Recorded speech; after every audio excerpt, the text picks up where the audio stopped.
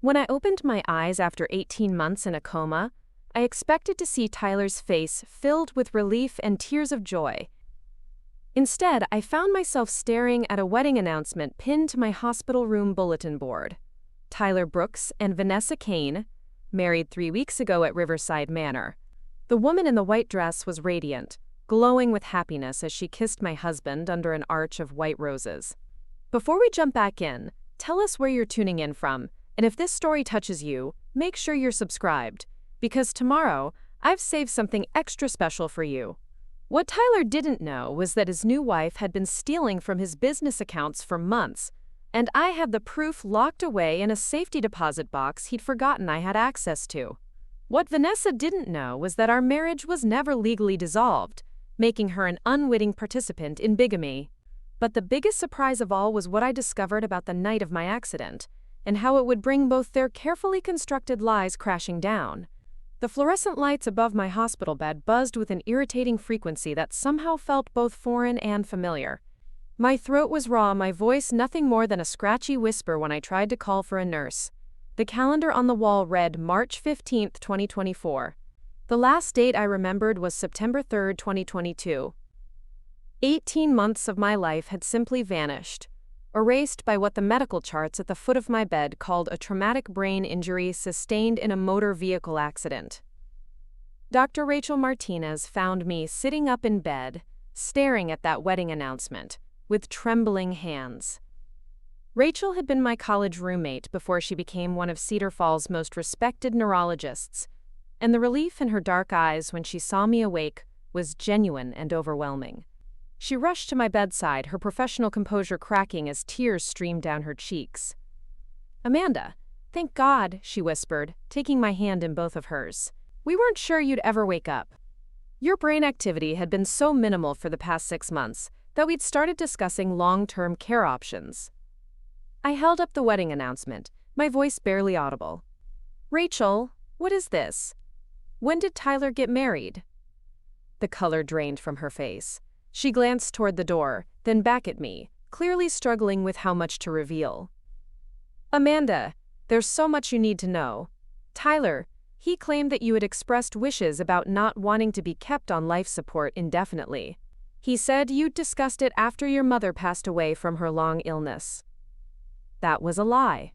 My mother had died peacefully in her sleep from natural causes when I was in college. Tyler and I had never had any such conversation because there had never been a reason to have one. I tried to sit up straighter, ignoring the dizziness that threatened to overwhelm me. "Where is he? Where's my husband?" Rachel's expression grew more troubled. "He's been living in the house you shared on Maple Street with his new wife. Amanda, he had you declared legally dead after 12 months. The marriage to Vanessa Kane is legitimate in the eyes of the law because your death certificate made him a widower." The words hit me like physical blows. Legally dead. Widower. New wife living in my home. I thought about the garden I'd spent 3 years cultivating behind that house, the kitchen where I'd learned to make Tyler's grandmother's apple pie recipe, the bedroom where we'd planned our future together. Another woman was sleeping in my bed, cooking in my kitchen, probably complaining about the temperamental sprinkler system I'd never gotten around to fixing. "But I'm not dead," I said, the obvious statement feeling surreal as it left my lips. "No, you're very much alive." Which creates a rather complicated legal situation. Rachel squeezed my hand. "Amanda, I need to ask you something, and I need you to think carefully. Do you remember anything about the night of your accident?" I closed my eyes, trying to push through the fog that seemed to surround those final memories. Tyler and I had been arguing about something, but the details remained frustratingly out of reach. I remember driving, but not where I was going or why I was alone. The headlights of an oncoming vehicle were the last clear image I could summon. "Fragments," I admitted. "We fought about something, but I can't remember what. I was driving somewhere at night." Rachel nodded slowly. "The police report said you were found on Highway 101, about 20 miles outside of town. Your car had gone off the road and hit a tree. They assumed you'd fallen asleep at the wheel." Something in her tone suggested there was more to the story. But before I could ask, a commotion in the hallway drew our attention, raised voices, one of which I recognized despite the months of silence. Tyler was arguing with someone at the nurse's station. "I don't care what your visiting hours are," his familiar voice carried through the partially open door. "I received a call that there's been a development with my late wife's condition. I have every right to be here." Late wife. The casual way he referred to me as a past tense person made my stomach clench with a mixture of grief and rage. Rachel moved toward the door, clearly intending to intercept him, but I stopped her with a gesture. "Let him come in," I said. "I want to see his face when he realizes his dead wife is very much alive." Tyler Brooks entered my hospital room, looking every inch the successful real estate developer he'd worked so hard to become.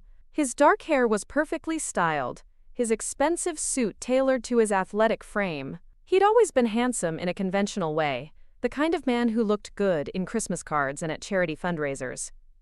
But something was different about him now. There was a hardness around his eyes that hadn't been there before, a calculating coldness that made him seem like a stranger wearing my husband's face. He stopped short when he saw me sitting up in bed, his confident stride faltering as the blood drained from his features. For a moment, neither of us spoke. We simply stared at each other across the sterile hospital room, while machines beeped and hummed around us, marking the rhythm of my very much alive heartbeat. "Amanda," he finally whispered, and I heard genuine shock in his voice. Whatever reaction he'd been expecting when he came to the hospital, it wasn't this. "Hello, Tyler. You look well. Marriage seems to agree with you." He moved closer to the bed, his movements careful and deliberate, as if I were some kind of wild animal that might bolt at any sudden motion. "I can't believe you're awake. The doctor said the chances were so slim. We all thought that I was dead?" "Yes, I heard about the death certificate. Quite presumptuous of you, don't you think?" Tyler glanced at Rachel, who was watching our interaction with undisguised interest. "Could we have a moment alone?" "No," Rachel said firmly. "Amanda has been through significant trauma. As her attending physician, I need to monitor her stress levels during any emotional encounters." I was grateful for Rachel's protective instincts, but I also needed to hear what Tyler had to say without the filter of professional medical supervision. "It's okay, Rachel, just wait outside the door, please." She hesitated, then nodded reluctantly. "I'll be right outside. If you need anything at all, just call out." When the door closed behind her, Tyler moved to the chair beside my bed and sat down heavily. Up close, I could see the signs of stress etched around his eyes, the slight tremor in his hands. This wasn't the confident man who had built Brooks and Associates into one of the most successful real estate firms in Cedar Falls. "Amanda, I need you to understand something. When you didn't wake up after 6 months, then 9 months, then a year, the doctors were saying there was almost no chance of recovery.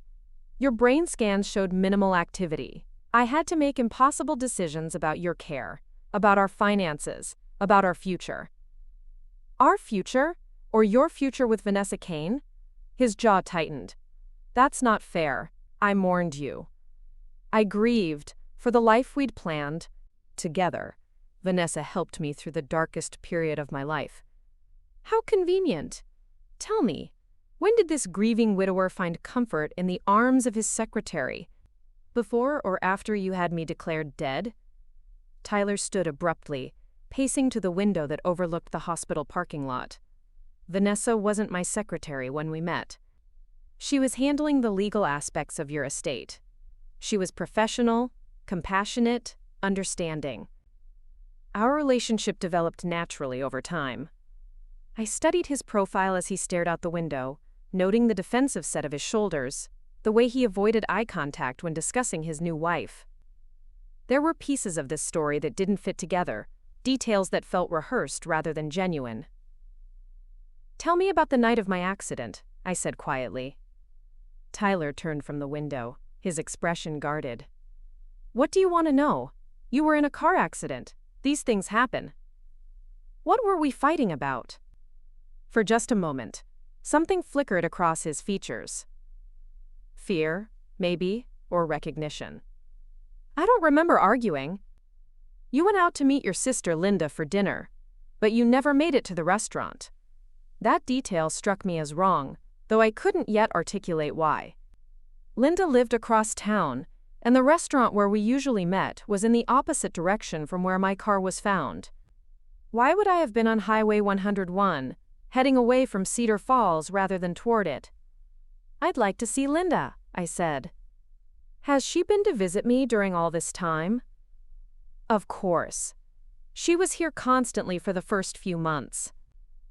But as time went on, and it became clear that you weren't going to wake up, she had to get back to her own life. She has kids, Amanda. She couldn't put her entire existence on hold indefinitely." Something in his tone suggested criticism, as if my prolonged unconsciousness had been an inconvenience to everyone involved.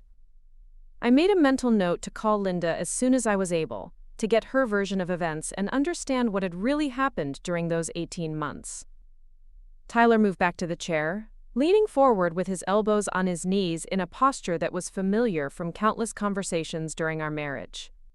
"Amanda, I know this is overwhelming, and I know you must have questions about everything that's happened, but I need you to understand that I've moved on. Vanessa and we've built a life together. We're legally married. But you were already married, to me. You were declared dead. In the eyes of the law, our marriage ended when you died.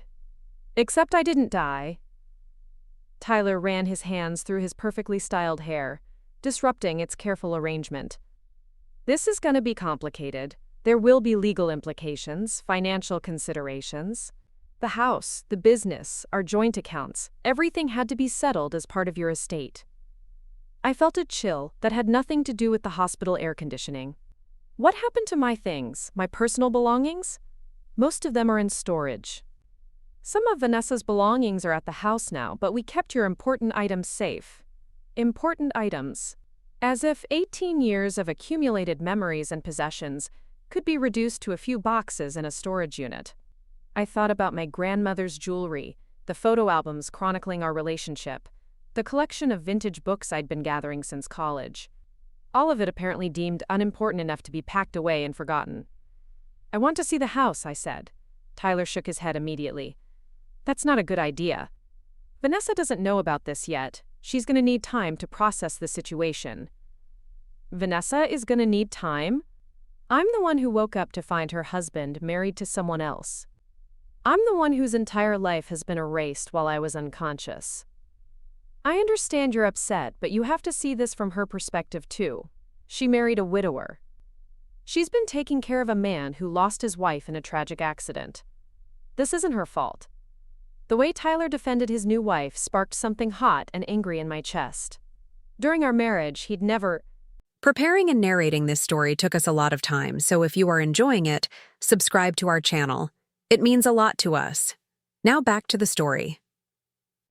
shown that kind of protective instinct toward me. If anything, he'd often criticized me for being too emotional, too reactive, too invested in situations that he felt were beneath his concern. "Where is she now?" I asked. "At work. She manages the office at Brooks and Associates now." Of course she did. Vanessa had stepped into my husband's life so completely that she was now running his business as well as sharing his bed. I wondered what other aspects of my existence she had claimed as her own. "I want you to leave now," I said, suddenly exhausted by the conversation and the magnitude of everything I was learning. Tyler stood, straightening his tie in a gesture I remembered from our marriage. It was something he did when he felt he'd handled a difficult situation successfully. "I'll call you in a few days, once you've had time to process everything. We'll figure out how to handle this situation fairly for everyone involved." Everyone involved. As if I were just another complication in his business dealings, rather than the wife he'd abandoned in a hospital bed. I watched him walk toward the door, noting the confidence that had returned to his stride now that the initial shock had worn off. "Tyler," I called out just as he reached for the door handle. He turned back, eyebrows raised expectantly. "There's something you should know. I may have been unconscious for 18 months, but that doesn't mean I was completely unaware of what was happening around me. Sometimes, when you're in a coma, you can hear things. Conversations that people assume you'll never remember." It was a lie, but Tyler didn't know that. I watched his face carefully, looking for any sign of panic or recognition. What I saw was a flash of something that might have been fear before his expression smoothed back into practiced calm. I don't know what you think you heard, Amanda, but coma patients don't retain memories of conversations. It's medically impossible. Is it? I guess we'll find out. After Tyler left, Rachel returned with a cup of coffee and a concerned expression. She settled into the chair Tyler had vacated and studied my face with the clinical attention I remembered from our college days when she was helping me through organic chemistry. How are you feeling? That was a lot of information to process. Like I've woken up in someone else's life, I admitted. Rachel, I need to ask you something, and I need you to be completely honest with me. She nodded, her dark eyes serious. Of course. Was Tyler having an affair before my accident? Rachel was quiet for a long moment, weighing her words carefully. I don't have any proof of an affair, but there were things that seemed odd to me. He started asking very specific questions about your prognosis much earlier than most spouses do. Usually, families cling to hope for months or even years. Tyler was asking about legal death declarations and estate procedures within the first 6 months. What else? Vanessa Kane started appearing at the hospital as Tyler's emotional support around month 4. At first, she was just someone from his legal team helping with insurance paperwork. But by month 6, she was holding his hand in the waiting room and staying overnight when he couldn't. I absorbed this information, adding it to the growing list of details that painted a picture I didn't like. Rachel, I need you to help me with something. I need to contact Linda without Tyler knowing about it. And I need to understand what really happened the night of my accident. Amanda, you should focus on your recovery right now. The rest of this can wait until you're stronger. No, it can't wait. Tyler is already planning how to handle this situation fairly for everyone involved. I need to know what I'm dealing with before he has time to get ahead of me. Rachel stood and walked to the small whiteboard, where the nursing staff tracked my vital signs and medication schedule. She erased the existing information and wrote a phone number in her neat handwriting. Linda's current number. She's been worried sick about you, Amanda. She never stopped believing you'd wake up. I stared at the number, feeling the first genuine spark of hope I'd experienced since opening my eyes. If Linda had continued to believe in my recovery when everyone else had given up, maybe she'd also noticed things about Tyler's behavior that others had missed. There's something else, Rachel said, returning to her chair. Something I probably should have mentioned earlier, but I wanted you to get through that conversation with Tyler first. What is it? Your accident. I've seen a lot of car crash injuries in my career, and something about yours never sat right with me. The police report said you hit a tree, but your injury pattern was more consistent with being struck by another vehicle. The room seemed to tilt slightly around me. What are you saying? I'm saying that either the police investigation was incomplete, or there were details about that night that never made it into the official report. Your head injury was severe, but it was focused on the right side of your skull in a way that suggested lateral impact rather than the forward collision described in the accident report. I tried to process this information alongside everything else I was learning, but my brain felt sluggish and overwhelmed. 18 months of unconsciousness, a husband who'd remarried after having me declared dead, and now the possibility that my accident wasn't really an accident at all. I need to rest, I said, suddenly desperate for everyone to leave so I could think clearly. Rachel nodded, checking her watch. The nursing staff will want to run some cognitive tests with you later today, and we'll need to discuss your physical therapy options. But for now, sleep is the best thing you can do. After she left, I stared at the ceiling tiles and tried to organize my thoughts. Tyler had moved on with suspicious speed, marrying a woman who had inserted herself into his life while I lay unconscious. The circumstances of my accident were questionable at best. And somewhere in the fog of my missing memories was a fight significant enough to send me driving alone at night on a highway that led away from my intended destination. I reached for the phone beside my bed and dialed Linda's number, my fingers trembling as I pressed each digit. The phone rang 3 times before I heard my sister's familiar voice. Hello? Linda, it's Amanda. The silence stretched so long that I began to worry the call had been disconnected. Then I heard a sharp intake of breath and the sound of something clattering to the floor. Amanda, Oh my God, Amanda, is it really you? Are you awake? Are you okay? Hearing my sister's voice broke something loose inside me, and tears began streaming down my cheeks. I'm awake, Linda. I'm at Cedar Falls General. Can you come see me? I'm already grabbing my keys. I'll be there in 20 minutes. Don't go anywhere. For the first time since waking up, I smiled. I'm not going anywhere. I have a lot of questions for you. I have answers, Linda said, and something in her tone suggested that our conversation was going to reveal even more complications in my already upended world. Amanda, there are things about Tyler and that woman that you need to know. Things I couldn't prove while you were unconscious, but things that never felt right. After hanging up, I closed my eyes and tried to prepare myself for whatever revelations Linda was bringing with her. I'd already learned that my husband had remarried and my accident might not have been accidental. I couldn't imagine what other surprises were waiting for me. But something told me that the wedding announcement pinned to my bulletin board was just the beginning of a much larger and more complicated story. Linda arrived at the hospital like a whirlwind of barely contained emotion, her auburn hair disheveled from running through the corridors and her eyes red-rimmed from what I suspected were tears of relief. She was thinner than I remembered, with new lines around her eyes that spoke of months of worry and sleepless nights. When she saw me sitting up in bed, she stopped in the doorway as if afraid that moving too quickly might make me disappear again. "Amanda," she whispered, then rushed forward to wrap me in a hug that was fierce and desperate and exactly what I needed. She smelled like her familiar lavender perfume mixed with coffee and the faint scent of playground sand that always clung to her clothes from her job as an elementary school teacher. "I never stopped believing you'd come back," she said against my shoulder, her voice thick with tears. "Even when Tyler said we needed to accept that you were gone, even when the doctors started talking about long-term care facilities, I knew you were still in there somewhere." I held her tightly, feeling more grounded than I had since waking up. Linda had always been my anchor, the steady presence who helped me navigate life's complications.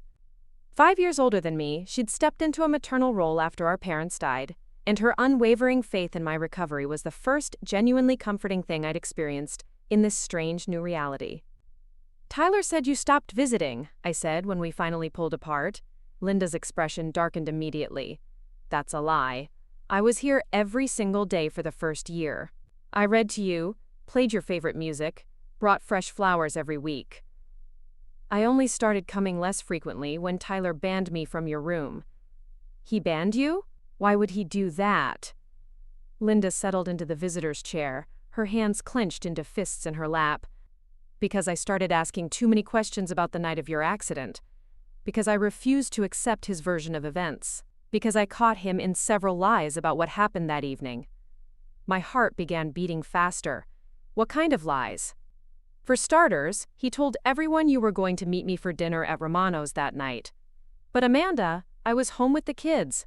Jake had the flu, and I'd canceled our plans that afternoon. I called you around 4 o'clock to reschedule, and you said you understood completely." I tried to access that memory, to pull it from the fog that surrounded that final day, but it remained frustratingly out of reach. "If I wasn't meeting you, where was I going?" "That's what I've been trying to figure out for 18 months. I went through your phone records, your calendar, everything I could get my hands on before Tyler locked me out. The last call you made was to someone at Cascade Financial Group at 5:30 that evening." "Cascade Financial? I've never heard of them." Linda pulled a small notebook from her purse, its pages filled with her neat handwriting. "They're a private investigation firm based in Portland. They specialize in financial fraud and corporate embezzlement cases." The call lasted 12 minutes. I stared at her, trying to process this information. Why would I have been calling a private investigation firm? "I have a theory about that, but first I need to tell you about some things I discovered after your accident." Things about Tyler's business that didn't add up. Linda flipped through several pages of her notebook, stopping at a section marked with yellow sticky notes. "Brooks and Associates was in serious financial trouble before your accident. Tyler had overextended on several development projects, and the company was carrying massive debt." "How do you know all this?" "Because I'm an elementary school teacher who spent her summers working as a bookkeeper for Dad's construction company, remember?" I know how to read financial statements, and I know what warning signs to look for. After your accident, Tyler suddenly had access to your life insurance policy, your retirement accounts, everything. The implications hit me like a physical blow. You think Tyler was having financial problems and saw my death as a solution. I think Tyler was desperate enough to consider options that most people would never contemplate. Your life insurance policy alone was worth $500,000. Combined with your retirement savings and your half of the house equity, your death would have solved all his financial problems and left him free to start over. I thought about Tyler's demeanor during our hospital room conversation, the way he'd seemed more concerned about the legal complications of my survival than overjoyed by my recovery. Tell me about Vanessa Kane. Linda's expression grew even grimmer. Vanessa appeared in Tyler's life about 3 months before your accident. She supposedly approached him about handling some legal work for her previous employer, but I could never verify that the company she claimed to work for actually existed. What do you mean? I called the law firm where she supposedly worked as a paralegal. They had no record of anyone named Vanessa Kane ever being employed there. When I tried to track down her educational background, I found a Vanessa Kane who graduated from Portland Community College with a certificate in office administration, but the photo on her student ID looked nothing like the woman who married Tyler. A chill ran down my spine. You think she's using a false identity? I think Vanessa Kane is very good at being whoever she needs to be to get what she wants. And what she wanted was Tyler's business and everything that came with it. Linda turned to another section of her notebook, this one filled with printed photographs. I started following them after Tyler banned me from visiting you. I know it sounds crazy, but I needed to understand what was really happening. She handed me a series of photos that showed Tyler and Vanessa at various locations around Cedar Falls. In some, they were having intimate dinners at expensive restaurants. In others, they were meeting with well-dressed men in parking lots and office buildings. But it was the final photo that made my blood run cold. This was taken 2 weeks before your accident, Linda said quietly. The image showed Tyler and Vanessa standing outside a small office building, clearly engaged in an intense conversation with a man in a dark suit. The sign above the door read, Cascade Financial Group. They were meeting with the same investigation firm I called? I asked, my voice barely above a whisper. It gets worse. I managed to get copies of Tyler's phone records from the months before your accident. He was in regular contact with someone at Cascade Financial, starting about 6 weeks before that night. Linda pulled out another set of documents. These are credit card statements showing payments to Cascade Financial Group. Tyler was paying them for something, Amanda. The question is what? I stared at the evidence Linda had compiled, feeling sick to my stomach as the implications became clear. You think Tyler hired them to investigate me? I think Tyler hired them to help him plan the perfect accident. Think about it, Amanda. You leave the house that night upset about something, driving on a dark highway with no witnesses around. Your car goes off the road and hits a tree. But according to Dr. Martinez, your injuries don't match that type of accident. But why would Vanessa be involved? If Tyler was planning to kill me, why would he need her help? Linda's expression grew thoughtful. What if it wasn't Tyler's plan? What if Vanessa was the one pulling the strings all along? Before I could respond, my hospital room door opened and Dr. Martinez entered, followed by a man I didn't recognize. He was tall and broad-shouldered, with graying hair and the kind of weathered face that suggested he'd spent years dealing with difficult situations. Amanda, I'd like you to meet Detective Mike Thompson, Dr. Martinez said. He's been looking into some irregularities surrounding your accident case. Detective Thompson stepped forward, extending his hand. Ms. Brooks, I'm glad to see you're awake. I've been hoping to speak with you for quite some time. Linda immediately tensed beside me. Why is a detective here? I thought Amanda's accident was a closed case. It was, Detective Thompson said, settling into a second chair that Dr. Martinez had brought from the hallway, until some new information came to light about 3 months ago that made us take another look at the circumstances. What kind of new information? I asked. Detective Thompson pulled out a small recording device and placed it on the rolling table beside my bed. I received an anonymous tip that led me to obtain a search warrant for Cascade Financial Group's offices. What we found there was very interesting. He pressed play on the device, And I heard voices that made my heart race with recognition. Tyler's voice, clear and unmistakable, talking to someone I assumed was Vanessa. The arrangement we discussed needs to happen soon. The financial pressure is getting worse, and Amanda's been asking questions about the missing funds from the business account. A woman's voice responded, sultry and confident. Everything is in place. The accident will look completely natural, and afterward, you'll have access to her life insurance and retirement accounts. Plus, with her out of the picture, there won't be anyone to challenge your control of the business. What about her sister? Linda's been suspicious about our relationship. Linda doesn't have any legal standing. Once Amanda is gone and we're married, any claims she makes will look like the desperate accusations of a grieving family member. The recording continued for several more minutes, detailing plans for my accident with clinical precision. They discussed the best location, the optimal timing, even backup plans if their initial attempt failed. What chilled me most was how casually they talked about ending my life, as if I were nothing more than an obstacle to be removed. When the recording ended, the hospital room was silent except for the steady beeping of my heart monitor. Linda was crying quietly, her hand covering her mouth in horror. Dr. Martinez looked pale and shaken. Detective Thompson watched me carefully, waiting for my reaction. "How did you get this recording?" I asked, surprised by how calm my voice sounded. It was part of a larger collection of files that Cascade Financial kept on their clients. Apparently, they routinely recorded planning sessions as insurance against their clients, trying to back out of agreements or betray them later. So Tyler and Vanessa hired this company to help them plan my murder. That's exactly what they did. Cascade Financial Group isn't just a private investigation firm. They're what you might call a problem-solving service for people who have problems that can't be solved through legal means. I absorbed this information, feeling strangely detached from the reality that my husband and his lover had conspired to kill me. What happened that night? Did they carry out their plan? Detective Thompson nodded grimly. Based on our investigation, we believe Vanessa forced your car off the road using a stolen vehicle. The impact was designed to look like you'd fallen asleep at the wheel and crashed into the tree, but she miscalculated the force needed. Instead of killing you instantly, the accident left you in a coma. But Tyler acted like a grieving husband for months.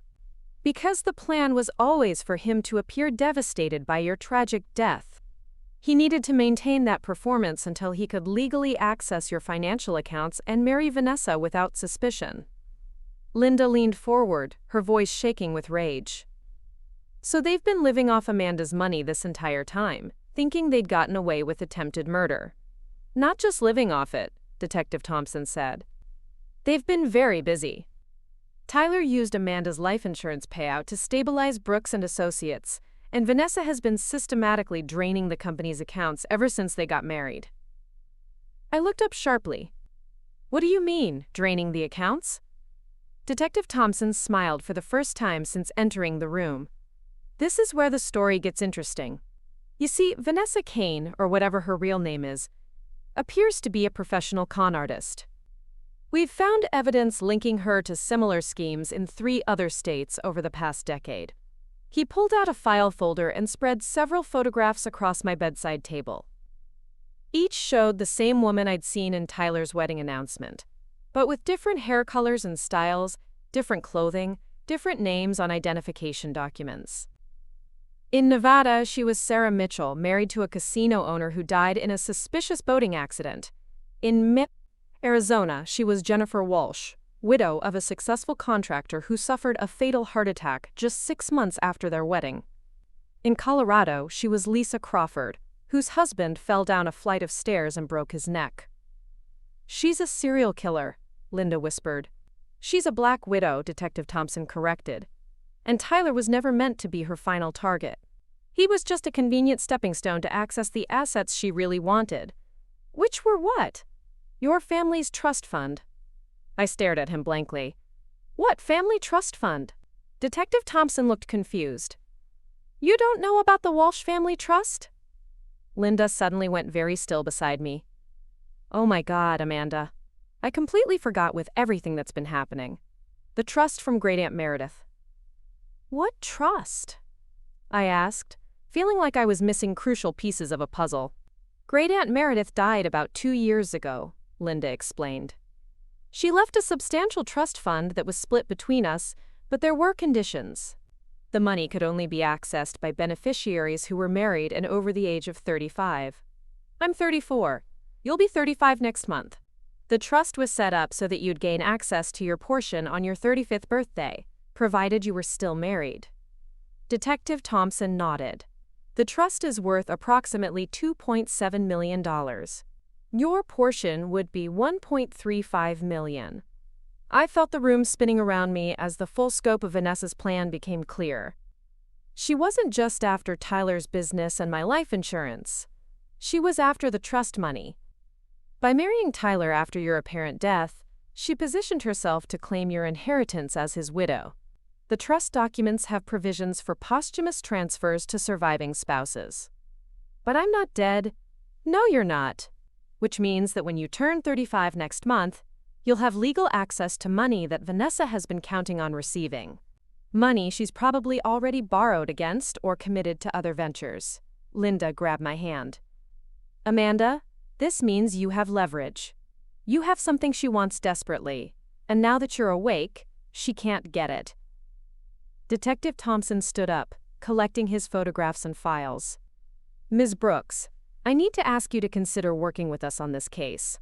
With your testimony about the conversation you overheard before your accident, combined with the evidence we've gathered, we can put both Tyler and Vanessa away for attempted murder and conspiracy charges. What would I need to do? First, we need you to remember everything you can about that night. Any detail, no matter how small, could be crucial. Second, we'd like you to help us gather evidence about their current activities. You want me to spy on them. We want you to help us prove that they're continuing to commit crimes. Vanessa has been embezzling money from Tyler's business, and we believe she's planning to disappear with those funds as soon as she gains access to your trust money. I thought about Tyler's confident demeanor during our hospital conversation, the way he'd spoken about handling our situation fairly for everyone involved. He had no idea that his new wife was planning to abandon him as soon as she got what she really wanted. There's something else, Detective Thompson said.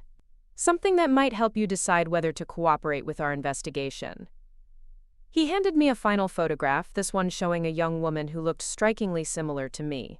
Same dark blonde hair, same general build, same facial structure. This is Rebecca Martinez, Dr. Martinez's cousin.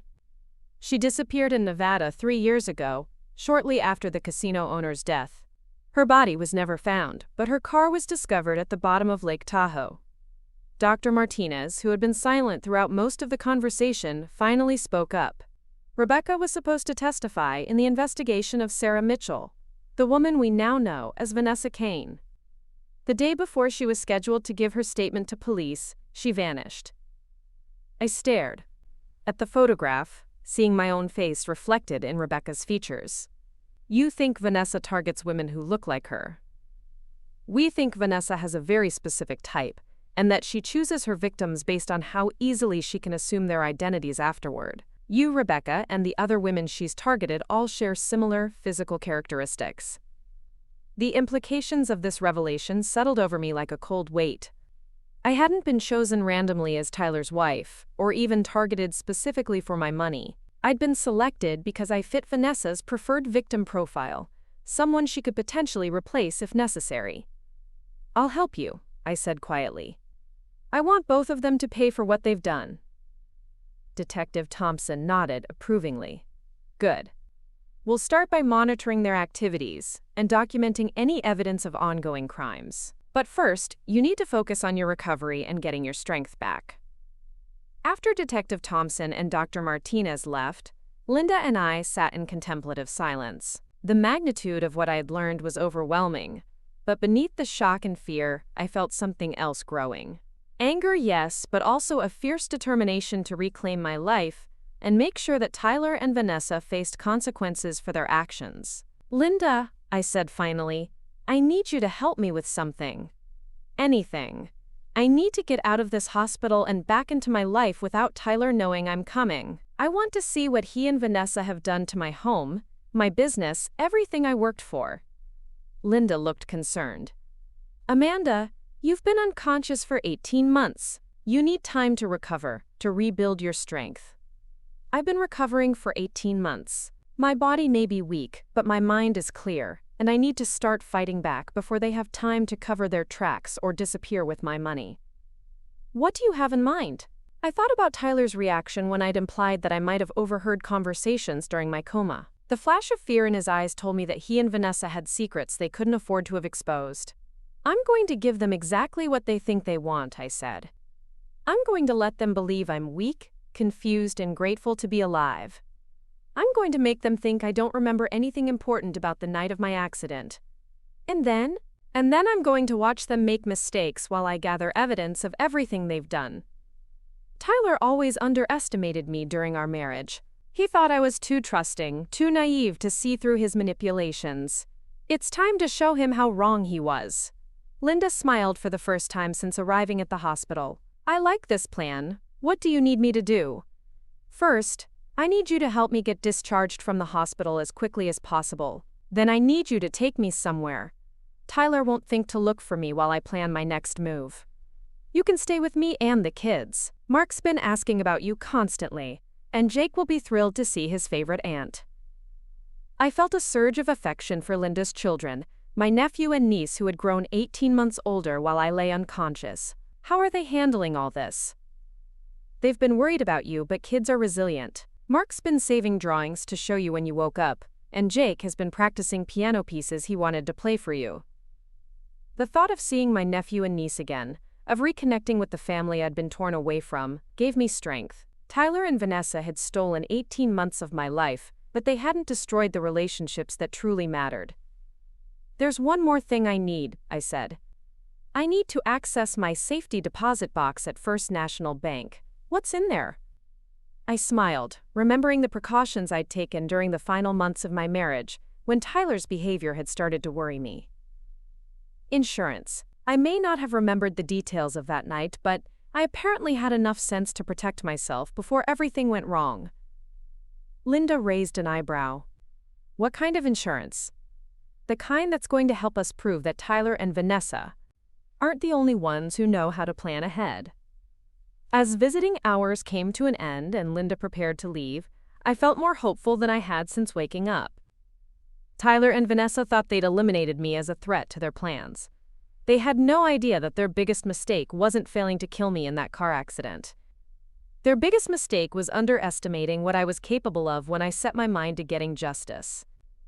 Tomorrow, I would begin the process of reclaiming my life and making sure that the people who'd tried to destroy me faced the consequences of their actions.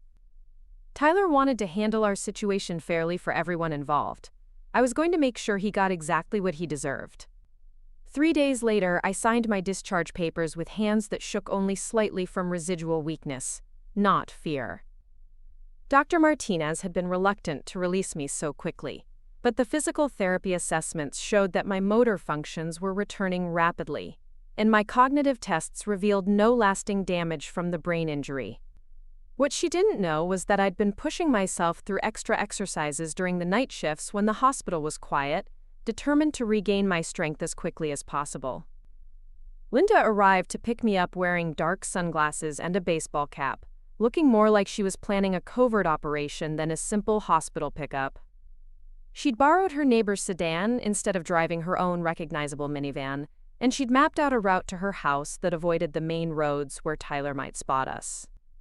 "You look like you're enjoying this spy stuff a little too much," I told her as we walked toward the parking garage. "I've been watching too many crime shows while sitting with you at the hospital," she admitted with a grin. "But seriously, Amanda, we need to be careful. Tyler called me yesterday asking if I'd heard from you. He seemed nervous about something." I settled into the passenger seat, grateful to be moving under my own power for the first time in 18 months. The world outside looked both familiar and strange, like a place I'd visited in dreams but never quite experienced fully. Cedar Falls had continued existing without me. Buildings had been repainted, new businesses had opened, trees had grown taller, but the essential character of the town remained unchanged. "What did you tell him?" That I hadn't heard anything, which was technically true at the time, but he kept pressing, asking if I thought you might try to contact me. whether I believed you were really as confused as you seemed during his visit. He's worried I remember more than I'm letting on. Good. Let him worry. Linda's house sat on a quiet cul-de-sac lined with mature oak trees and well-maintained family homes. Her front yard showed evidence of her children's activities. Chalk drawings on the driveway, a bicycle with colorful streamers abandoned near the porch steps, a soccer ball resting against the garage door. It was exactly the kind of normal, lived-in environment I needed to ground myself in reality. Mark and Jake burst through the front door before Linda had even turned off the engine, their faces bright with excitement and relief. At 10 and 7, they'd grown noticeably taller during my absence, but their enthusiastic hugs felt wonderfully familiar. Mark had inherited Linda's auburn hair and serious demeanor, while Jake shared my blonde coloring and animated personality. "Aunt Amanda, I saved all my drawings for you," Mark announced, pulling me toward the house. "Mom said you might not remember things, but I wanted to show you everything that happened while you were sleeping." Jake bounded alongside us, chattering about his piano lessons and the loose tooth he'd lost 2 months ago. Their uncomplicated joy at my return was healing in a way that medical care couldn't provide. These children had continued loving me and missing me throughout my absence, keeping space for me in their lives even when the adults around them had begun to move on. Linda's husband Paul greeted me with a warm hug and carefully controlled emotion. He was a steady, practical man who worked as an electrician and coached Little League baseball on weekends. During my marriage to Tyler, Paul had always treated me like a genuine sister-in-law rather than an obligation, and I could see in his eyes that my prolonged unconsciousness had affected him deeply. "We set up the guest room for you," he said, carrying my small bag of belongings from the hospital. "You can stay as long as you need. We're just glad to have you back." That first evening at Linda's house felt surreal and precious. We ordered pizza and watched animated movies with the kids, engaging in the kind of mundane family activities that I'd taken for granted before my accident. But beneath the surface normalcy, Linda and I were planning our next moves with careful precision. After Mark and Jake went to bed, the 3 adults sat around the kitchen table with Linda's notebook spread between us. Paul had been briefed on the basic details of Tyler and Vanessa's conspiracy, and his anger was visible in the tense set of his jaw and the way his hands curled into fists when Linda mentioned the recorded conversation. "So what's the plan?" Paul asked. "You can't just confront them directly. If they're willing to commit murder once, they might try again if they feel cornered." "Detective Thompson wants me to help gather evidence of their ongoing crimes," I said. "But first, I need to access my safety deposit box and see what condition they've left my finances in." Linda consulted her notebook. "I've been monitoring some of Tyler's business activities over the past few months. Brooks and Associates has been unusually active, closing deals and transferring properties at a pace that seems designed to convert assets into liquid cash quickly. Like they're preparing to disappear." "Exactly. And there's something else. Vanessa has been using your social security number to open new credit accounts. I found applications for credit cards and lines of credit that were submitted after your supposed death." Paul frowned. "Isn't that identity theft?" "It's worse than that," I said. "If she's been accumulating debt in my name while I was unconscious, I'm legally responsible for those obligations now that I'm alive again." Linda pulled out a stack of credit reports she'd obtained through her access to my financial information as my emergency contact. The documents painted a disturbing picture of systematic financial fraud. Vanessa had opened 7 different credit cards in my name, taken out a personal loan for $30,000, and even applied for a mortgage refinance on the house Tyler and I had shared. "The total debt she's accumulated in your name is approximately $85,000, Linda said. "All of it has been used to fund their lifestyle and Tyler's business operations." I studied the paperwork, feeling a familiar surge of the analytical clarity that had served me well during my career in nonprofit financial management. Before my marriage to Tyler, I'd been responsible for overseeing multi-million-dollar budgets and ensuring that charitable organizations operated within legal guidelines. Those skills were proving invaluable now as I assessed the scope of the financial crimes committed against me. "This is good," I said, surprising both Linda and Paul. "Good?" Paul looked at me like I'd suffered more brain damage than the doctors realized. Every fraudulent application, every illegal transaction, every credit account opened in my name while I was legally dead creates a paper trail that Detective Thompson can use to build his case. Vanessa has been so focused on accessing my money that she's created dozens of pieces of evidence proving her crimes. Linda smiled slowly as she understood my reasoning. She's been so confident that you were permanently out of the picture that she didn't bother covering her tracks. Exactly.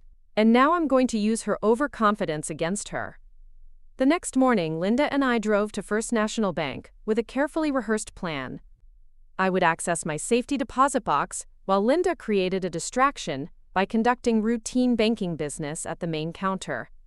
If Tyler had been monitoring my FIFB accounts for any sign of activity, we wanted to minimize the chances that my visit would be immediately reported back to him. The bank manager, Mrs. Chen, recognized me despite my thinner appearance and shorter hair. Her double take was almost comical, and I could see her struggling to reconcile my presence with whatever she'd been told about my condition. Ms. Brooks, this is quite unexpected. We were under the impression that you were still in a comatose state. I've recovered more quickly than anyone anticipated, I said, offering her a weak smile. I'm still dealing with some memory issues and fatigue, but my doctors felt it was important for me to start handling some personal business. Mrs. Chen escorted me to the vault area, her professional composure masking obvious curiosity about my sudden appearance. The safety deposit box I'd rented 3 years earlier was in a section of the vault that provided some privacy from the main viewing area. When she left me alone with the box, I opened it with trembling fingers, hoping that my past self had been as thorough as I remembered. Inside, I found exactly what I'd hoped for: a comprehensive insurance policy against Tyler's increasingly suspicious behavior during the final months of our marriage. There were copies of financial documents showing discrepancies in Brooks and Associates accounts, photographs of Tyler meeting with people I didn't recognize, and most importantly, a detailed letter I'd written to myself explaining my concerns and the steps I'd taken to protect my interests. The letter was dated 2 weeks before my accident, and reading it brought back memories that had been locked away by trauma and time. I remembered the growing unease I'd felt about Tyler's secretive phone calls, the way he'd started excluding me from business decisions that had previously been discussed openly. I'd been planning to confront him about my suspicions, but I'd wanted to gather evidence first to support my concerns. Among the documents was a copy of a private investigator's report detailing Tyler's financial dealings and personal relationships. The investigator, someone I'd hired independently, had uncovered evidence of Tyler's affair with Vanessa as well as irregularities in his business practices that suggested potential embezzlement from client accounts. Most significantly, I found a sealed envelope containing a detailed account of the argument Tyler and I had engaged in the night of my accident. Reading my own handwriting, I finally understood why I'd left the house that evening and where I'd been going when Vanessa forced my car off the road. According to my letter, I'd discovered that Tyler had been forging my signature on business documents and using my credentials to access client funds without authorization. When I confronted him about it that evening, he'd accused me of being paranoid and threatened to have me declared mentally incompetent if I continued making accusations against him. I'd been driving to meet with the private investigator to deliver additional evidence and discuss filing criminal charges against Tyler for fraud and embezzlement. The meeting was scheduled for 8 o'clock that evening at a coffee shop near the highway where my car was eventually found. The realization that I'd been actively investigating Tyler's crimes when Vanessa attempted to kill me added a new dimension to the conspiracy. They hadn't just been planning my death for financial gain. They'd been trying to eliminate me as a threat to their criminal enterprise. I photographed every document in the safety deposit box using my phone, then returned the originals to their secure location. If Tyler and Vanessa suspected that I had evidence against them, they might try to force me to retrieve it, but I wasn't ready to reveal the full extent of what I knew. When I rejoined Linda at the main counter, she was completing a legitimate transaction involving her children's college savings accounts. Her casual conversation with the teller provided perfect cover for my activities, and we left the bank without drawing any unusual attention. "Did you find what you were looking for?" Linda asked as we drove away. "More than I hoped for." I was smarter 18 months ago than I gave myself credit for. Back at Linda's house, I called Detective Thompson and arranged to meet him at a neutral location to share the evidence I'd recovered. We chose a small diner on the outskirts of town, the kind of place where two people could have a private conversation without attracting notice. Detective Thompson arrived wearing civilian clothes and carrying a worn leather briefcase that looked like it belonged to a traveling salesman rather than a police officer. His informal appearance was deliberate, designed to avoid drawing attention to our meeting. "Ms. Brooks, you look considerably stronger than you did a few days ago. I'm feeling more like myself. And I found some things that might help your investigation." I showed him the photographs I'd taken of the documents in my safety deposit box, explaining the context of each piece of evidence and how it connected to the larger pattern of Tyler and Vanessa's criminal activities. Detective Thompson studied the private investigator's report with particular interest. "This is excellent work. Your investigator documented several financial crimes that we hadn't been able to prove independently. What's the next step? We need to establish current evidence of ongoing criminal activity. The old evidence helps us understand their pattern of behavior, but we need fresh crimes to build a strong case for prosecution." He pulled out a small device that looked like a standard smartphone, but was slightly thicker than normal models. "This is a recording device that looks and functions like a regular phone. If you're willing to wear it during interactions with Tyler and Vanessa, we can gather evidence of any admissions or threats they make." I took the device, testing its weight and functionality. "What kind of interactions are you hoping for?" "We want you to approach them as a confused, vulnerable accident victim who doesn't remember the details of that night. Let them think you're grateful to be alive and willing to accept whatever arrangements they've made during your absence. You want me to act weak and dependent.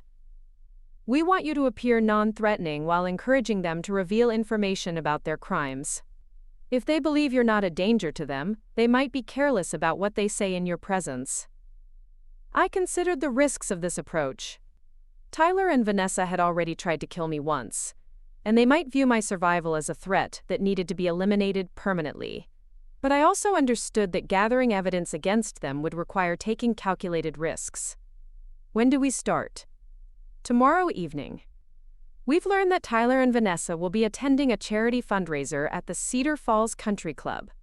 It's the kind of public event where you could approach them naturally, and the setting will provide some protection since they can't react violently in front of witnesses." Detective Thompson handed me an invitation to the fundraiser.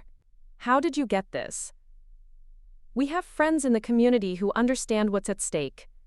Dr. Martinez arranged for you to be added to the guest list as a last-minute addition."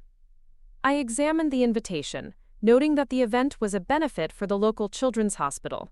The irony wasn't lost on me that Tyler and Vanessa would be attending a charity function while actively committing crimes against the community they pretended to serve. What if they refuse to talk to me? Then we'll find another approach. But based on their behavior patterns, I think they'll want to assess how much you remember and whether you pose a threat to their plans. And if they do pose a threat to me at this event, Detective Thompson's expression grew serious. "There will be undercover officers at the fundraiser, positioned throughout the venue. You'll never be alone with them, and help will be immediately available if the situation becomes dangerous." That evening, Linda helped me select an luxurious outfit that would convey the right impression for the following night's operation. We chose a simple black dress that was elegant but not attention-grabbing, along with minimal jewelry and makeup that emphasized my pale, recently recovered appearance. "You need to look like someone who's been through a traumatic experience but is trying to rejoin society," Linda said, studying my reflection in her bedroom mirror. "I am someone who's been through a traumatic experience." "Yes, but you're also someone who's planning to bring down the people who tried to kill you. The trick is only showing them the vulnerable side." As I practiced the role I would need to play, I thought about the 18 months I'd lost and the life that Tyler and Vanessa had built on the foundation of my supposed death. Tomorrow night, I would begin the process of dismantling their carefully constructed lies and ensuring that they faced consequences for their crimes. Tyler had always underestimated my intelligence and determination during our marriage, treating me like a decorative accessory rather than an equal partner. Vanessa had chosen me as a victim because she believed I fit the profile of someone who could be easily eliminated and replaced. They were both about to discover how wrong they'd been about Amanda Walsh Brooks. The woman who woke up from that coma was not the same person who'd been driven off the road 18 months ago. I'd been forged by trauma and loss into something harder and more determined than either of them could have anticipated. The charity fundraiser would be my debut performance in this new role, but it was only the beginning of a much larger plan to reclaim my life and ensure that justice was served. The Cedar Falls Country Club sparkled with understated elegance on the night of the Children's Hospital fundraiser. String lights draped between towering pine trees created a warm ambiance across the outdoor terrace, while inside the main ballroom, crystal chandeliers cast soft light over round tables adorned with white linens and centerpieces of local wildflowers. The event drew the town's most prominent citizens, business leaders, and philanthropists, all gathered to support a worthy cause while enjoying an evening of refined socializing. I arrived 30 minutes after the official start time, timing my entrance to ensure that Tyler and Vanessa would already be settled into the evening's rhythm. Linda had dropped me off at the main entrance, squeezing my hand before I stepped out of the car. "Remember, you're fragile but grateful," she'd whispered. "Let them think they're in control." The recording device Detective Thompson had given me was tucked securely into my purse, its activation button easily accessible through the side pocket. 3 undercover officers were positioned throughout the venue, identified to me only by subtle signals: a man in a navy suit adjusting his tie near the bar, a woman in burgundy at the silent auction table, and a server with a small pin on his lapel shaped like a crescent moon. As I entered the ballroom, conversations quieted, and heads turned. Word of my awakening had spread through Cedar Falls social circles with the speed that only small-town gossip could achieve. But seeing me in person clearly shocked many attendees who had accepted my death as established fact. I moved slowly through the crowd, accepting condolences and expressing gratitude for the support people claimed to have provided during my illness. Margaret Hendricks, the country club president, approached me with tears in her eyes and hands outstretched. "Amanda, dear, we're all so amazed by your recovery. Tyler told us the doctors had given up hope months ago." "The human spirit is remarkably resilient," I replied softly, allowing just enough tremor in my voice to suggest ongoing fragility. "I'm still adjusting to everything that's changed while I was away." "Of course, dear. It must be overwhelming to wake up and find that life has moved forward without you." Her words carried an unintentional sting, but I maintained my composed expression. "Tyler has been wonderful about helping me understand everything that's happened. I'm just grateful to be here tonight, supporting such an important cause." I spotted Tyler across the room before he noticed me. He stood near the dance floor with Vanessa at his side, both dressed impeccably and engaged in animated conversation with Dr. Stevens, the Children's Hospital administrator. Tyler wore a charcoal gray suit that I recognized as one I'd helped him select for business functions, while Vanessa looked stunning in a midnight blue gown that probably cost more than most people's monthly salary. Vanessa Kane was even more beautiful in person than she'd appeared in photographs. Her dark hair was styled in an elegant updo that showcased diamond earrings, and her figure was perfectly proportioned in a way that suggested either excellent genetics or expensive personal training. She moved with the confidence of a woman accustomed to being the most attractive person in any room, her smile bright and engaging as she charmed the hospital administrator. I moved closer to their group, weaving through other conversations and accepting brief expressions of surprise and support from acquaintances. When I was close enough to hear their voices, I activated the recording device and positioned myself near a tall floral arrangement that provided partial concealment while keeping them within earshot. "The new pediatric wing will be a tremendous asset to our community," Vanessa was saying, her voice warm with apparent sincerity. "Tyler and I are committed to supporting projects that improve life for local families." Dr. Stevens beamed at them both. "Your contribution has been incredibly generous, especially given the personal challenges you've faced recently." Tyler's expression grew appropriately somber. "We've learned not to take anything for granted. Life can change in an instant, and it's important to give back while we're able to do so." I found their performance fascinating and revolting in equal measure. They spoke about tragedy and loss with practiced emotion, while standing in the midst of luxury purchased with money stolen from their supposed victim. Vanessa's reference to their contribution caught my attention particularly, since I suspected that their generosity was being funded by my own embezzled assets. "Amanda, is that really you?" Dr. Stevens had spotted me hovering near the floral display, his voice carrying enough volume to draw Tyler and Vanessa's immediate attention. I watched Tyler's face transform as he realized I was present, his practiced charm faltering momentarily before reasserting itself. "Amanda!" Tyler stepped forward with arms outstretched, embracing me in what appeared to be a spontaneous gesture of joy and relief. To observing guests, his reaction looked perfectly appropriate for a man reunited with his miraculously recovered wife. Only I could feel the tension in his muscles and hear the slight strain in his voice as he whispered against my ear. "What are you doing here?" "I wanted to support the hospital," I replied at normal volume, ensuring that our conversation could be overheard by nearby guests. "The medical staff there saved my life." This seemed like a meaningful way to express my gratitude. Vanessa approached us with a smile that didn't quite reach her eyes. Up close, I could see that she was studying my appearance carefully, assessing my physical condition and mental state with the calculating gaze of a predator evaluating potential prey. "Amanda, I've heard so much about you," she said, extending her hand with apparent warmth. "I'm Vanessa Kane, Tyler's wife." The directness of her introduction was clearly intended to establish dominance and gauge my reaction to their marriage. I took her hand, noting that her grip was firm and her skin soft, suggesting a life of comfort and professional manicures. "It's lovely to meet you, Vanessa. Tyler mentioned that you've been a tremendous source of support during this difficult time."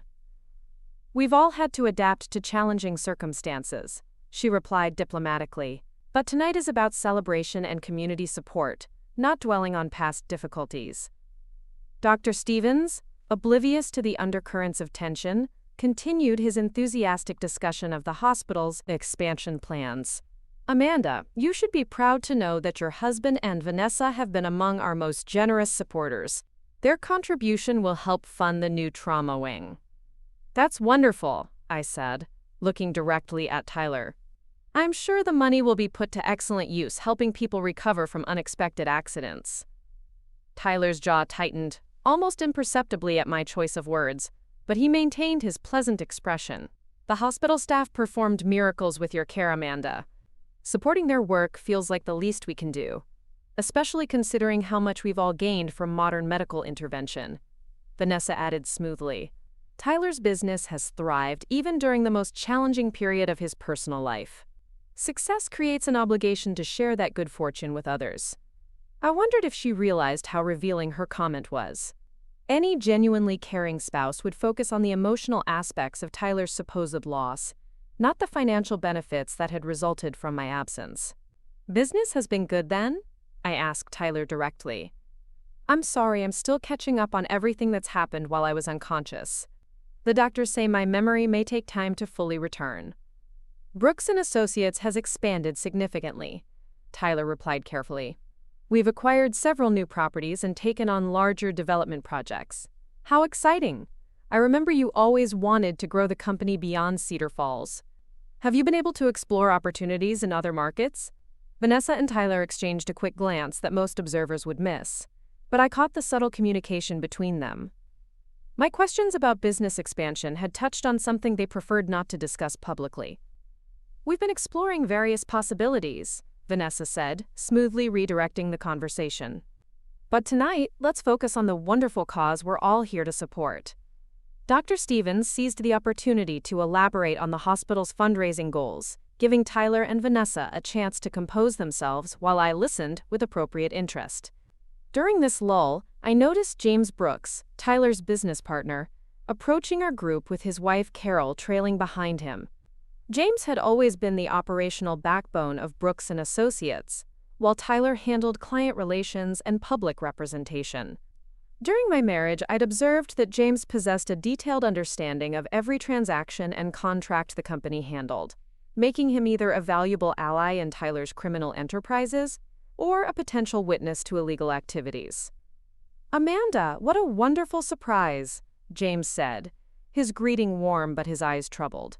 "Tyler told me about your remarkable recovery, but seeing you here tonight is truly amazing." Carol embraced me gently. Her expression conflicted in a way that suggested she had complicated feelings about my return. "We've all been praying for you, dear. Tyler has been so dedicated to your care." "I've been incredibly blessed," I replied, watching James's reaction carefully. "I understand the business has been doing well, despite everything." "That must be a relief during such a challenging time." James nodded, but I caught him glancing at Tyler with what appeared to be concern. "We've been fortunate to maintain stability and growth. Tyler's leadership has been invaluable." "James has been essential to our success," Tyler said quickly. "His expertise has allowed us to take advantage of opportunities that might have been overwhelming otherwise." Something in the way Tyler emphasized James's importance suggested tension between the business partners. I filed this observation away for future investigation, sensing that James might be a weak link in Tyler and Vanessa's criminal conspiracy. The dinner announcement interrupted our conversation, and guests began moving toward their assigned tables. I had deliberately arrived without confirming my seating arrangement, forcing Tyler and Vanessa to decide how to handle my unexpected presence. "Amanda, I'm not sure where you're seated," Tyler said, consulting the table cards he'd retrieved from the reception table. "Let me check with the event coordinator." "Oh, don't worry about it," I replied with studied casualness. "I'm sure there's room at your table. I'd love to catch up on everything I've missed." Vanessa's smile became noticeably more strained. "Of course. I'm sure we can arrange something." The table Tyler and Vanessa shared with James and Carol, Dr. Stevens and his wife, and two other couples connected to Tyler's business, was positioned prominently near the front of the ballroom. An additional chair was quickly added for me, placing me directly across from Vanessa and in perfect position to observe both her and Tyler throughout the meal. Dinner conversation began with safe topics: the quality of the food, appreciation for the event organizers, and general discussion of the hospital's expansion plans. But as wine flowed and the evening progressed, the talk became more personal and revealing. "Amanda, you must be curious about how Tyler managed during your illness," suggested Mrs. Peterson, one of the other wives at the table. "He was so devoted, visiting you constantly and refusing to give up hope even when the doctors were pessimistic." Tyler looked uncomfortable with this characterization of his behavior, while Vanessa's expression suggested she found the conversation tedious. I seized the opportunity to probe for more specific information. "I'm still piecing together the timeline of everything," I said, directing my comment toward Tyler. "When did you and Vanessa meet? I know she helped you through the legal aspects of my situation." "We met about 8 months ago," Vanessa answered, before Tyler could respond.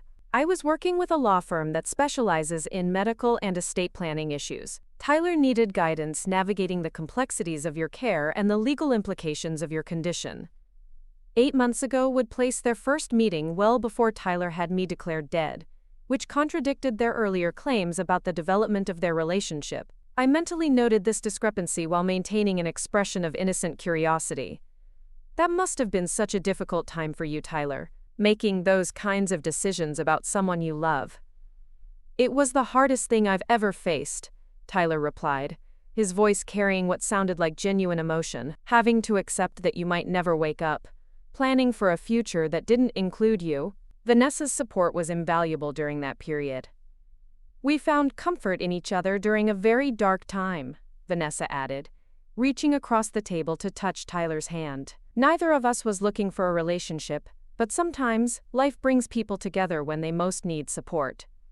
James cleared his throat uncomfortably. "Perhaps we should focus on more cheerful topics. Amanda's recovery is cause for celebration, not dwelling on painful memories." But I wasn't ready to abandon this line of inquiry. "Of course, James. I'm just trying to understand everything that happened while I was away. It's disorienting to wake up and find that so much has changed." "What kind of changes are you finding most difficult to adjust to?" Dr. Stevens asked with professional interest. "Financial matters, mostly. I'm still learning about the arrangements that were made during my incapacity. I suppose Tyler had to make numerous decisions about our accounts and assets." Tyler's fork clattered against his plate as he set it down abruptly. "Amanda, this probably isn't the appropriate setting to discuss personal business matters." "You're absolutely right," I agreed quickly. "I apologize for bringing up such private concerns. It's just that everything feels so unfamiliar, and I'm grateful to have people who can help me understand what I've missed." Vanessa was studying me with increased intensity, clearly trying to determine whether my questions represented genuine confusion or calculated investigation. "Memory issues must be very frustrating," she said sympathetically. "Have your doctors provided any guidance about what you might expect in terms of recovery?" "They're optimistic that most of my cognitive function will return completely. Some specific memories may never come back, but overall, they expect me to regain full mental capacity."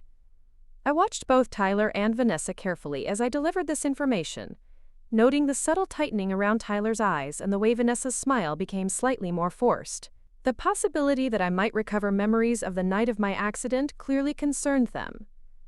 "That's wonderful news," James said with apparent sincerity. "It will be good to have you back to your old self." "Actually, I'm not sure I want to be exactly my old self," I replied thoughtfully. "This experience has taught me not to take anything for granted. I think I want to be more involved in important decisions going forward, rather than trusting others to handle everything for me." The implication that I intended to take a more active role in managing my affairs hung in the air like a challenge. Tyler's jaw tightened visibly, while Vanessa's fingers drummed silently against her wine glass. "Independence is certainly admirable," Vanessa said carefully, "but you've been through significant trauma. It might be wise to ease back into complex responsibilities gradually." "I appreciate your concern, but I feel remarkably clear-headed.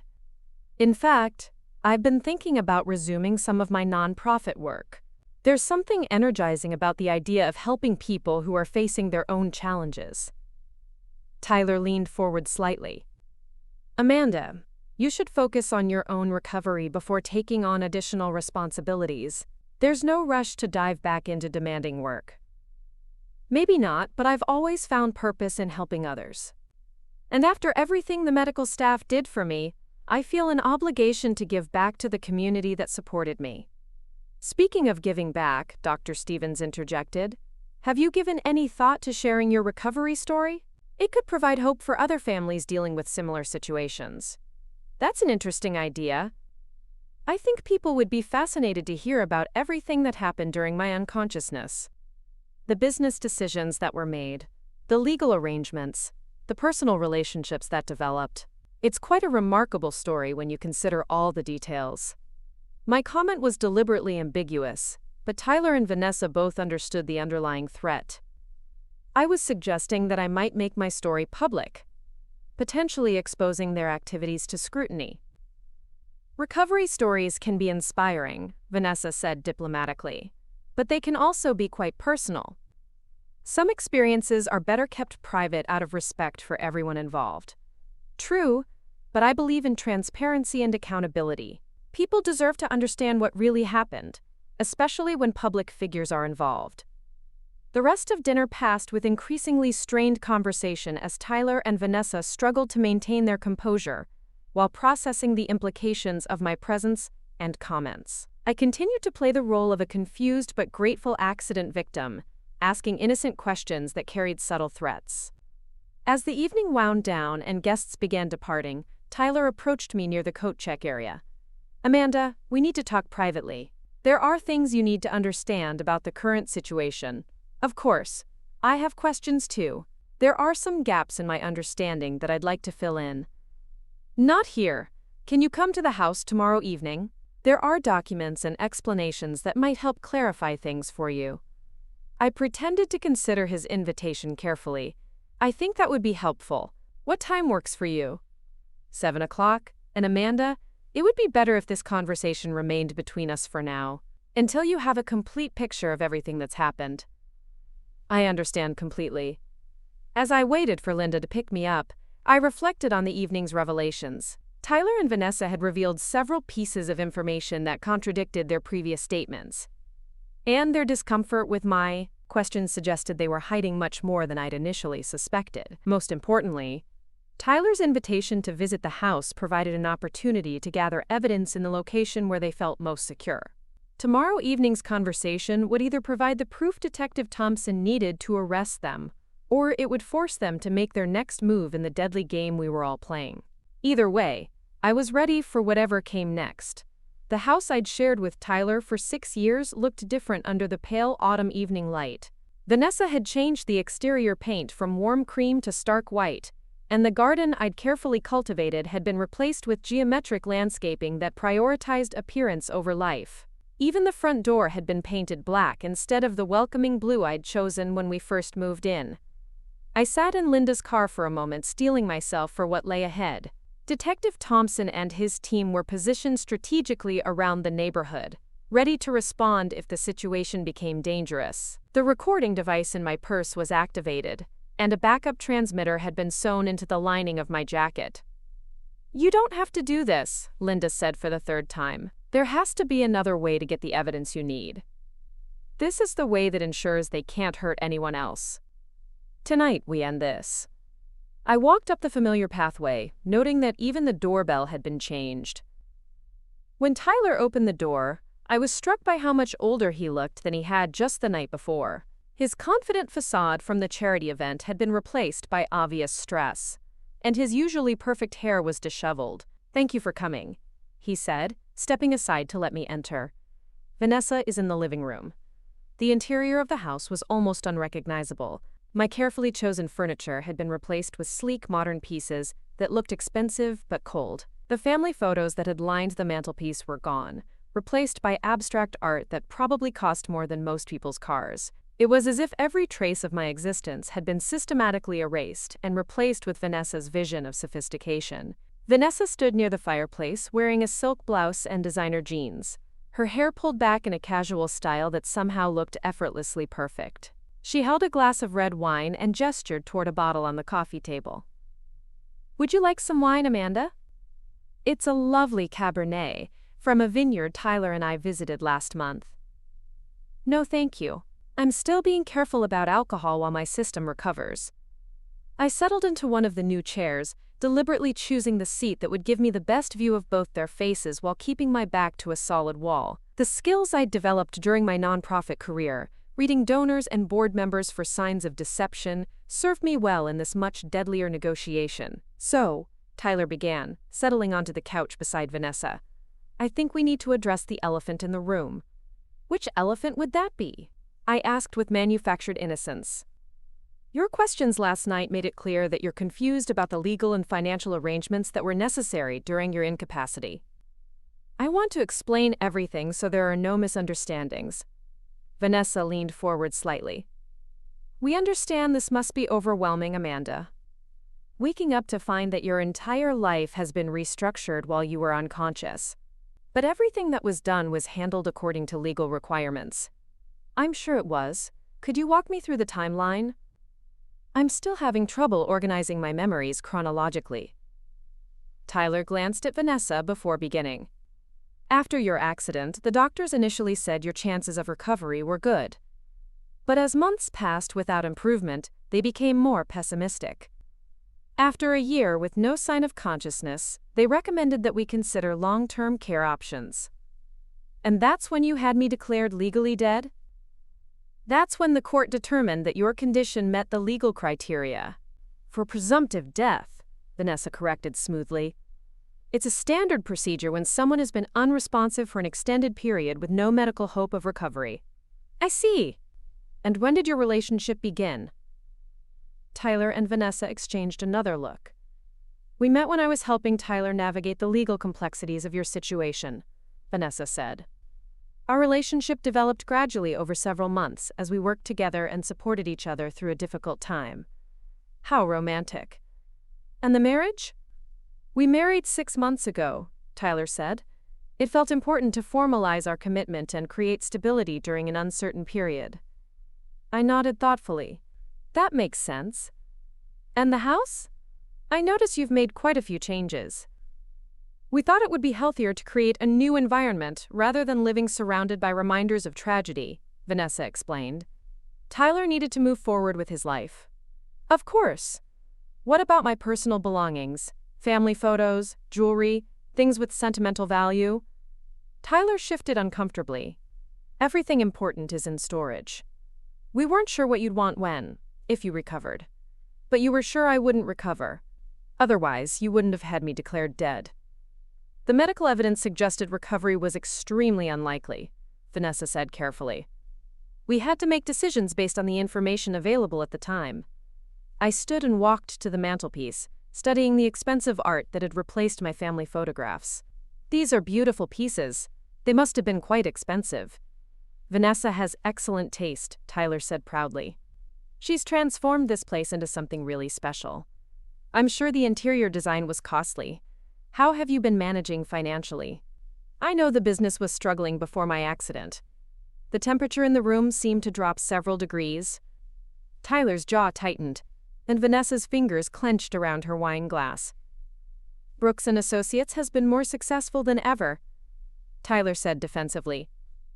We've expanded our operations and taken on larger projects. That's wonderful. I remember you were having cash flow problems before my accident. Something about overextending on development projects? Those issues were resolved, Vanessa said quickly. Tyler's business acumen combined with some strategic financial management turned things around completely. Strategic financial management. That's an interesting way to put it. I turned back to face them, noting the tension in both their postures. I've been thinking about resuming my involvement in financial oversight. Maybe I could help with the business books, like I used to. That's not necessary, Tyler said immediately. Vanessa handles all the financial management now. She's much more qualified than you were. The insult was clearly intentional, designed to provoke an emotional reaction. Instead, I smiled pleasantly. I'm sure she is. What's your background in financial management, Vanessa? I have extensive experience in corporate accounting and business operations, she replied smoothly. Which companies did you work for previously? I'd love to learn from someone with your expertise. Vanessa's pause lasted a fraction too long. I've worked with several firms over the years, most recently with a consulting group in Portland that specializes in business turnarounds. How fascinating. What was the name of the consulting group? I don't think the specific details of Vanessa's resume are relevant to this conversation, Tyler interrupted. We're here to discuss your situation, not conduct a job interview. You're absolutely right. I apologize for my curiosity. I returned to my chair, noting that both Tyler and Vanessa looked relieved to escape my questions about Vanessa's background. Let's talk about my situation. Specifically, what happens now that I'm alive again? Tyler and Vanessa exchanged yet another meaningful look. That's complicated, Tyler admitted. Legally, our marriage is valid because you were declared dead. But your recovery creates some unusual circumstances. Such as? Well, technically, you're still legally dead until the court reverses that declaration, which means you don't currently have access to bank accounts, credit cards, or other financial instruments. But I do have access to things that predate the death certificate, don't I? Like safety deposit boxes that were established before my accident? Tyler's face went completely pale. Why would you ask about safety deposit boxes? Because I remember having one, though I'm not sure what I kept in it. I was thinking I should check to see if there's anything important there. Vanessa set down her wine glass with enough force to make it ring against the table. Amanda, I think we need to be completely honest with you about something. Please do. Your memory problems may be more extensive than you realize. There are things you think you remember that didn't actually happen the way you believe they did. I tilted my head curiously. What kind of things? For instance, you seem to think you had concerns about Tyler's business practices before your accident. But the truth is, you were dealing with some mental health issues that were affecting your perception of reality. Mental health issues? Tyler leaned forward, his expression taking on a patronizing tone I remembered from our marriage. Amanda, you were becoming increasingly paranoid and suspicious in the months before your accident. You accused me of having affairs, of stealing money, of lying to you about business matters. None of it was true. That must have been very difficult for you. It was heartbreaking, Tyler continued. You refused to seek professional help, and your accusations were becoming more elaborate and bizarre. The night of your accident, you stormed out of the house in a rage, claiming you were going to expose my supposed crimes to the authorities. But instead, I had an accident. Yes, and in a way, it was almost a relief because you were clearly heading toward a complete mental breakdown. I absorbed this revision of history with growing amazement at their audacity. So you're saying I was mentally ill, not investigating actual crimes? We're saying you weren't thinking clearly, Vanessa said gently. And it's possible that your brain injury has reinforced some of those false memories, making them seem more real than they actually were. That's a terrifying thought. How can I tell the difference between real memories and false ones? That's why it's so important for you to trust the people who care about you, Tyler said. Vanessa and I understand what really happened. We can help you separate fact from fiction. I stood up abruptly, pacing to the window that overlooked the backyard where my garden used to bloom. This is very confusing. I have these vivid memories of discovering financial discrepancies, of hiring a private investigator, of finding evidence that you were stealing from client accounts. The silence behind me was deafening. When I turned around, both Tyler and Vanessa looked like they'd been carved from stone. You hired a private investigator? Vanessa asked, her voice carefully controlled. I think so. But if you're right about my mental state, maybe that's just another false memory. Tyler stood and moved toward me. Amanda, what exactly do you think you remember about this supposed investigation? It's all very hazy. Something about meeting with someone that night, delivering evidence of financial crimes. But you're probably right that it was all part of my paranoid delusions. Where were you supposed to meet this person? Vanessa demanded, dropping all pretense of gentle concern. I'm not sure. Somewhere near the highway where my accident happened, I think. But again, if none of it was real. Tyler and Vanessa looked at each other with expressions of barely controlled panic. I could see them calculating, trying to determine how much I actually knew versus how much I was guessing. Amanda, Tyler said slowly, did you keep any documentation of these supposed investigations? I don't think so. Where would I have hidden? Something like that? A safety deposit box would be a logical place, Vanessa said, her voice sharp with urgency. But you just told me that my memories of having a safety deposit box might be false too. We're just trying to help you sort through what's real and what isn't, Tyler said. If you think you remember having important documents, we should investigate that together. That's very kind of you. Should we go to the bank right now? The bank is closed, Vanessa pointed out. But we could go first thing tomorrow morning. Perfect. I'll meet you there at 9 o'clock. Tyler moved closer to me, his expression intense. Amanda, I need to ask you something, and I need you to answer honestly. Have you spoken to anyone else about these memories? Your sister, the police, anyone? Just Dr. Martinez. She's been asking me questions about what I remember from before the accident. What did you tell her? The same things I've told you. That I have confused memories of investigating financial crimes, but I'm not sure what's real. Vanessa joined Tyler near the window, effectively boxing me in. Amanda, it's very important that you don't share these confused memories with anyone else until we can help you sort through them properly. Why? Because if you start spreading false accusations again, it could damage innocent people's reputations, Tyler's business, our marriage, the respect we've built in the community. I understand. I certainly don't want to hurt anyone with false accusations. Good, Tyler said, relaxing slightly. We'll go to the bank together tomorrow and clear up any confusion about safety deposit boxes or hidden documents. I nodded agreeably. That sounds like a perfect plan. I should probably get going now. Linda is expecting me back. Of course, Vanessa said.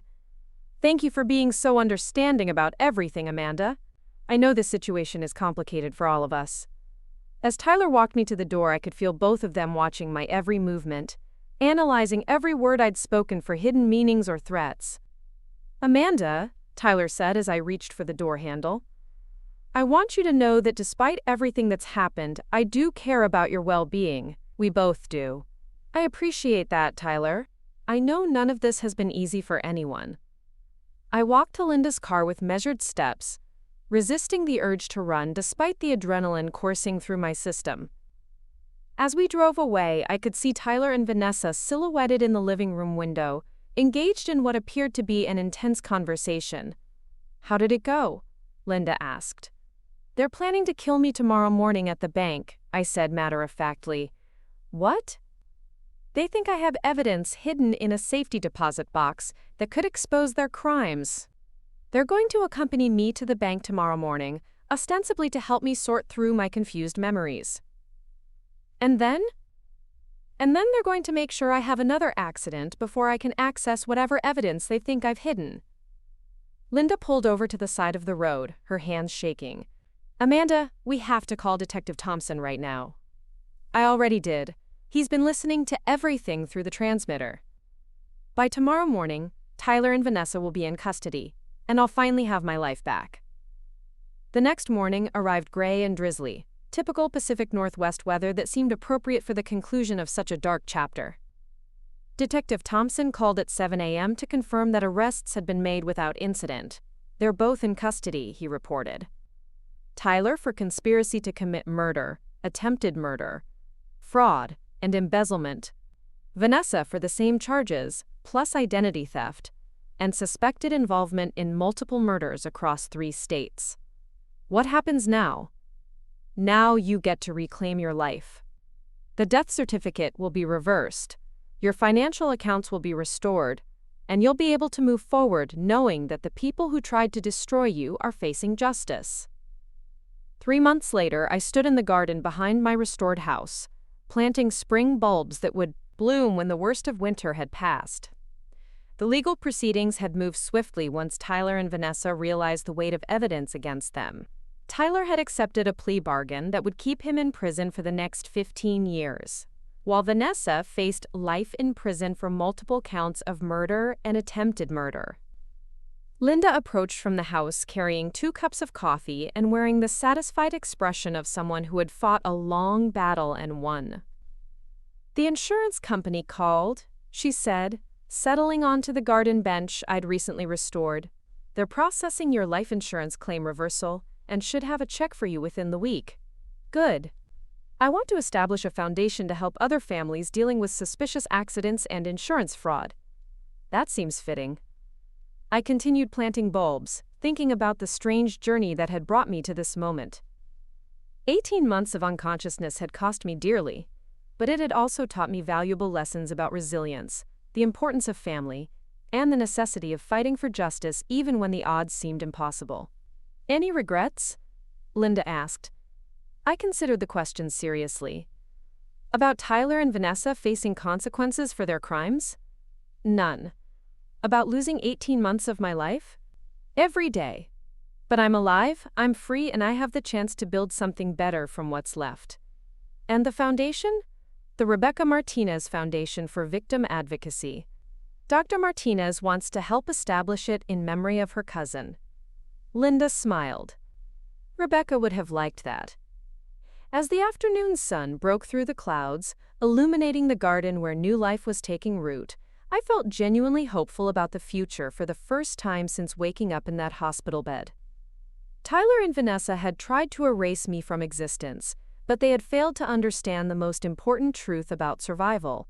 Sometimes the greatest strength comes from the determination to rise again after everything has been taken away. My story wasn't just about justice or revenge.